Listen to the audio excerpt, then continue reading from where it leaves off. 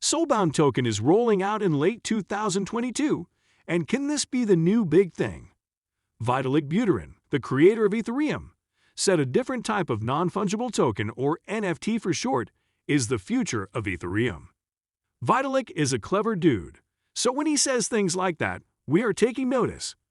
In a paper published 2 weeks ago, Vitalik, together with Glenn and Puja, mentioned the future of Ethereum revolving around Soulbound tokens, or SBT for short. You can get the link to that 37-page long paper in our description section below.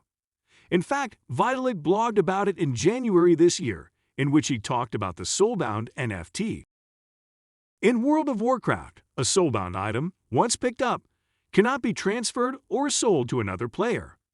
Being a fan of World of Warcraft, Vitalik borrowed the terminology and consider this concept in the form of a non-transferable NFT.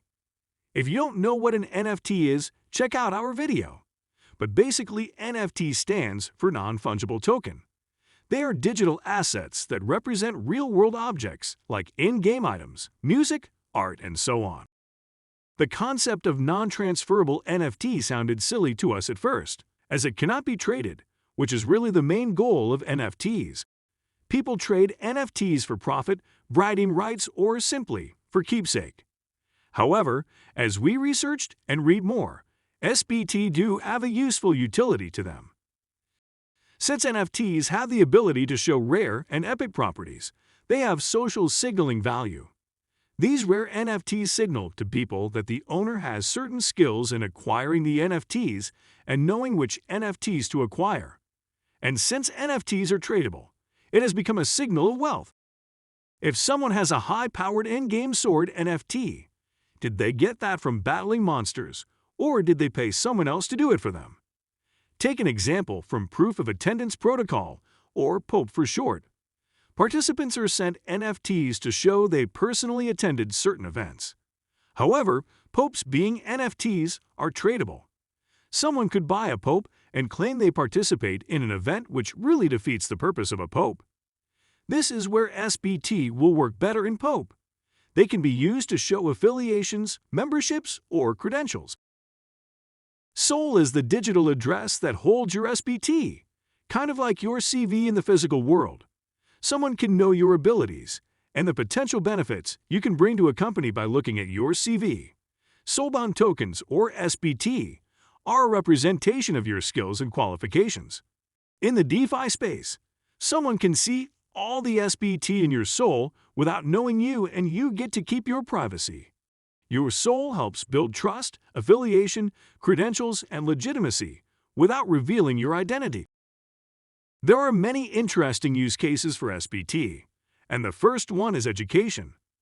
Universities can award graduates a degree as SBT, and the owner cannot sell or transfer this SBT degree. Likewise, a training provider can hand out SBT to prove attendance of a course.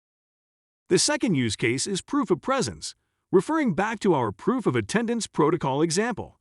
A company is only hiring people who attended Conference X, and because Conference X gave out SBT to the attendees, the company can filter candidates for verified attendees of Conference X. The third use case is NFT art. SBT can filter out bad apples who sell NFT collections by making use of the names of famous artists.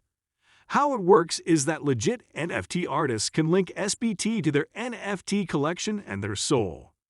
NFT art collectors then can see that the SBT in the NFT collection are the same as the SBT in the NFT artist's soul, helping verify that it's a legit NFT collection by the NFT artist. The fourth use case is governance. DeFi protocols award early users with airdrop tokens for believing and supporting the project. These tokens serve as voting rights. However, any wealthy person or group can buy these tokens from the early users, buying influence and voting rights without earning them. People willing to spend a lot to buy governance rights are people who often stand to benefit directly by influencing the vote. Giving soulbound tokens to early users ensures control will stay in the hands of users who genuinely care about the protocol. The next use case is digital verification and documentation. There are endless possibilities with SBT, driver's licenses could be issued as SBT on-chain. SBT can potentially be used to prove lending credit. For example, a SBT is issued to represent a loan you took up. Once you pay off the loan, the issuer revokes it and can send you a proof of payment SBT. This way, your creditworthiness can be proven in the DeFi space and maybe allowing you to do uncollateralized lending in Aave and Compound. Finally, SBT can be used as a digital CV in Web 3.0 platforms. Check our video on what is Web 3.0 if you want to know more about Web 3 and its potential. Since SBT can be given out as proof of presence, owning something, supporting a cause, graduating from a school, they can reflect your skill set and abilities when added to your SOL. You can have a DeFi and Web3 CV and social identity with SBT without revealing who you are in the digital space, but yet have social credibility.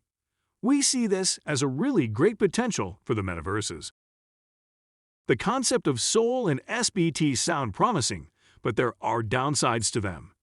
What if you lost your keys to your SOL? Is your SBT degree gone forever?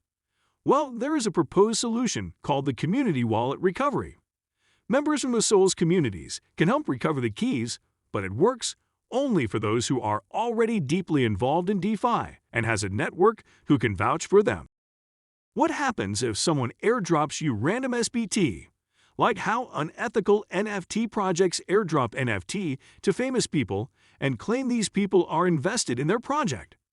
Worst thing is that since SBT are non-transferable, are you stuck with these unwanted SBT?